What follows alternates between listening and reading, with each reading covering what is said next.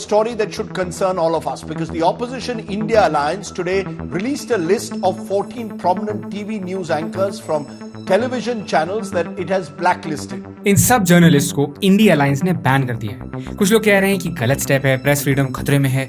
कुछ लोग ये भी कह रहे हैं कि ये सही स्टेप है, गोदी मीडिया डिजर्व्स दिस। आज का ये वीडियो भारत की मीडिया का ही एनालिसिस करेगा। मैं सब पॉइंट्स आपके साथ शेयर करूंगा, बाकी आप अपना ओपिनियन खुद बना लेना। वेल आई नो कि आप सबको पहले से ही पता है कि आजकल न्यूज़पेपर्स और न्यूज़ मीडिया कोई रेलेवेंट न्यूज़ नहीं देते हैं। महीनों तक एक ही न्यूज़ दिखाते रहेंगे और रूलिंग पॉलिटिकल पार्टी की तरफ बायस रहेंगे। एलियंस की मिस्ट्री हो या सेलिब्रिटीज की हिस्ट्री, एंटरटेनमेंट आपको पूरा मिलेगा लेकिन न्यूज़ नहीं। आइए आज जानते हैं कि हमारी मीडिया का कितना बुरा हाल है और इसके पीछे असली वजह क्या है। दिन में आप किसी भी टाइम कोई न्यूज चैनल पर ट्यून इन कीजिए, आपको मिलेगा कुछ ऐसा। अर्जुन कपूर और मलाइका अरोरा को बांद्रा में साथ देखा गया। मनीषा रानी सिंगर टोनी कक्कड़ के साथ लेट नाइट ड्राइव पर गई। उर्फी जावेद की ड्रेस अपडेट्स। पाकिस्तान की एक शादीशुदा महिला अपने पबजी वाले दोस्त से मिलने के लिए अनलॉफुली भारत आ गई। और अगर रात को कोई किसी टॉपिक पर डिबेट सुनने बैठे तो इनके तो टॉपिक्स ही ऐसे होते हैं कि पढ़कर हंसी आ जाए। विपक्ष पड़ा है चक्कर में, कोई नहीं है टक्कर में। मोदी का प्रण, पाकिस्तान का चीर हरण। और सबसे कॉमन है बस हिंदू मुस्लिम। इनमें बस मसाला ही मसाला होता है, कोई काम की बात नहीं। इन न्यूज और डिबेट्स को सुनकर ऐसा लगता है इंडियन मीडिया का बस एक ही मोटो बन गया है, किसी भी तरह बस टीआरपी बढ़ाना। वर्ल्ड प्रेस फ्रीडम इंडेक्स के मुताबिक हमारी डेमोक्रेसी का 4th पिलर दुनिया में 161st प्लेस पर है आउट ऑफ 180 कंट्रीज। यहां तक कि लेबनान, पाकिस्तान, अफगानिस्तान जैसे देश में जहां लॉ एंड ऑर्डर की धज्जियां उड़ी पड़ी हैं, उनकी मीडिया रैंकिंग इंडिया से ऊपर है। ये जितना आपको सुनने में बुरा लग रहा है उतना मुझे कहने में बुरा लग रहा है कि पाकिस्तान और अफगानिस्तान जैसे देशों के पीछे हम हैं। सीमा हैदर पाकिस्तान से इलीगली भारत आई और हर साल लाखों गरीब लोग इसी तरह इंडिया में आ जाते हैं।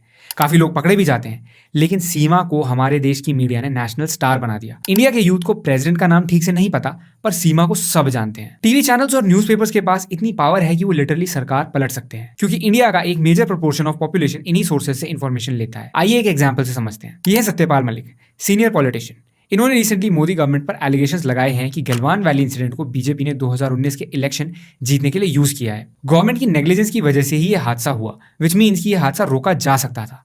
इस न्यूज़ को न्यूज़ चैनल वालों ने 24 घंटे दिखाया है, जिसकी वजह से काफ़ी लोगों को इनकी बातों पर यकीन भी हुआ और बहुत से लोगों को लगने लगा कि गलवान वैली इंसिडेंट तो मोदी गवर्नमेंट का बस इलेक्शन स्टंट था। और इसी की वजह से शायद जो लोग 2024 में मोदी गवर्नमेंट को वोट करने वाले थे, उनमें से कुछ लोगों का माइंड भी चेंज हुआ। और ये सारे के सारे एलिगेशंस आज तक प्रूव भी नहीं हुए। फिर ये मायने नहीं रखता कि सच क्या है, बस जो दिखाया जा रहा है वही लोगों के ओपिनियन को बनाता है। हो सकता है कि आप फैक्ट चेक करके किसी दूसरे सोर्स ऑफ इंफॉर्मेशन से जानकारी लेकर अपना ओपिनियन बनाएं, क्योंकि आपके पास वो सुविधाएं हैं। आप सेकंड्स में दोनों पक्षों की बात सुन सकते हैं और डिसाइड कर सकते हैं। लेकिन इंडिया में इतने बड़े डिजिटल रिवॉल्यूशन के बाद भी 45% पॉपुलेशन के पास एक स्मार्टफोन नहीं है और 90 करोड़ से भी ज्यादा लोग टीवी देखते हैं, यानी कि ऑलमोस्ट 2/3 लोग, और उनके लिए मीडिया में दिखाई जा रही इंफॉर्मेशन ही उनके ओपिनियंस को शेप करती है। आइए जानते हैं कि ऐसा है क्यों। आखिर ऐसी क्या मजबूरी है कि हमारी मीडिया इतनी गिर चुकी है। हम सब इन चीजों के लिए ब्लेम करते हैं टीवी चैनल्स और न्यूज़पेपर्स वालों को। हमें तो लगता है वो ये सब जानबूझकर करते हैं, लेकिन इसके पीछे की कहानी कुछ और है। अभी तक तो आपको ऐसा ही लगता होगा कि सरकार ने इन चैनल्स को खरीद लिया है, ये सरकार के हाथों बिक गए हैं और इसीलिए ऐसी न्यूज दिखाते रहते हैं। कहीं ना कहीं ये सच है, पर ये चैनल्स बिके नहीं है। फैक्ट ये है कि इनके रेवेन्यू में सिग्निफिकेंट कंट्रीब्यूशन सरकार का है। चलिए जानते हैं कैसे। The times of India, Hindustan times, the Tribune और जितने भी न्यूज़पेपर्स आप देखते हैं, इनकी कॉस्टिंग कई गुना ज्यादा है इनकी सेलिंग प्राइस से। एक न्यूज़पेपर को छापने की कॉस्ट टाइम्स ऑफ इंडिया को 17 रुपए पड़ती है, लेकिन ये बिकता है 5 रुपए में। बाकी न्यूज़पेपर्स के हालात भी कुछ ऐसे ही हैं।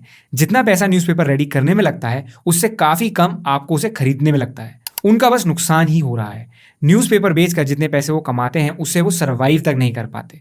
प्रॉफिट की तो बात दूर की है। इसलिए टू सर्वाइव ये एडवर्टाइजमेंट से पैसे कमाने पर फोकस करते हैं और इनका सबसे बड़ा एडवर्टाइजर है सरकार। We are not talking about जो इलेक्शन से पहले सरकार एडवर्टाइजमेंट छपवाती है। We are talking about the advertisements of government schemes, offers, campaigns etcetera.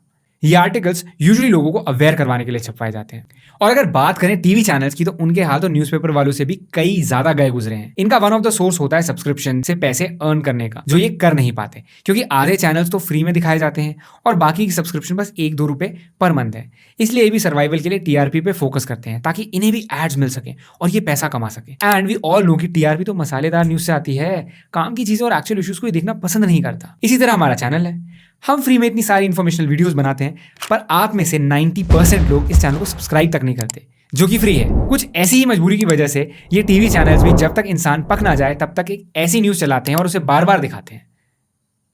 अब तक इतना तो क्लियर हो गया कि टीवी चैनल्स और न्यूज़पेपर्स दोनों को ही सर्वाइवल के लिए एड्स की जरूरत है जो सरकार इन्हें देती है। ये सुनकर आप सोच रहे हैं कि सरकार आखिर कितना पैसा इन्हें देती होगी। तो मिनिस्ट्री ऑफ इंफॉर्मेशन ब्रॉडकास्टिंग के एक डेटा के अकॉर्डिंग 2019 से लेकर 13 जुलाई 2023 तक 3064 करोड़ रुपए बस एड्स पर खर्च किए गए हैं, जिसमें प्रिंट मीडिया पर सबसे ज्यादा पैसे खर्च हुए हैं।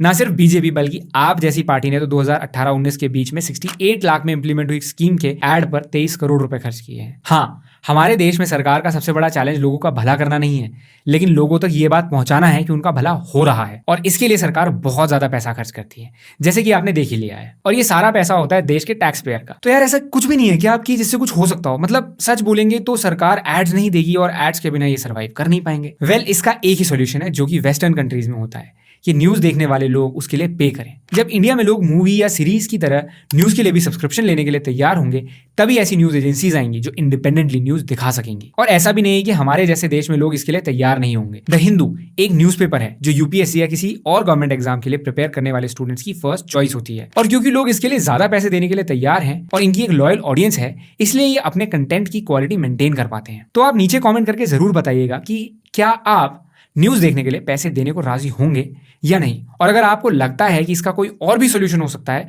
तो उसे भी कमेंट्स में शेयर करिएगा। अगर एक स्मार्ट इंडियन बनना चाहते हो इस चैनल को सब्सक्राइब कर लो। मैं ऐसी बहुत इंटरेस्टिंग और एनालिटिकल वीडियोस इस चैनल पर डालता रहता हूं। आप में से 90% लोगों ने इस चैनल को सब्सक्राइब नहीं करा है, बस वीडियोस देखते हैं और चले जाते हैं। सब्सक्राइब करने में आपके पैसे नहीं लग रहे, लेकिन मुझे बहुत ज्यादा मोटिवेशन मिलेगा। तो मैं चलता हूं, आपसे मिलूंगा किसी अगली वीडियो में। तब तक आप इस नई वीडियो को जरूर देखना।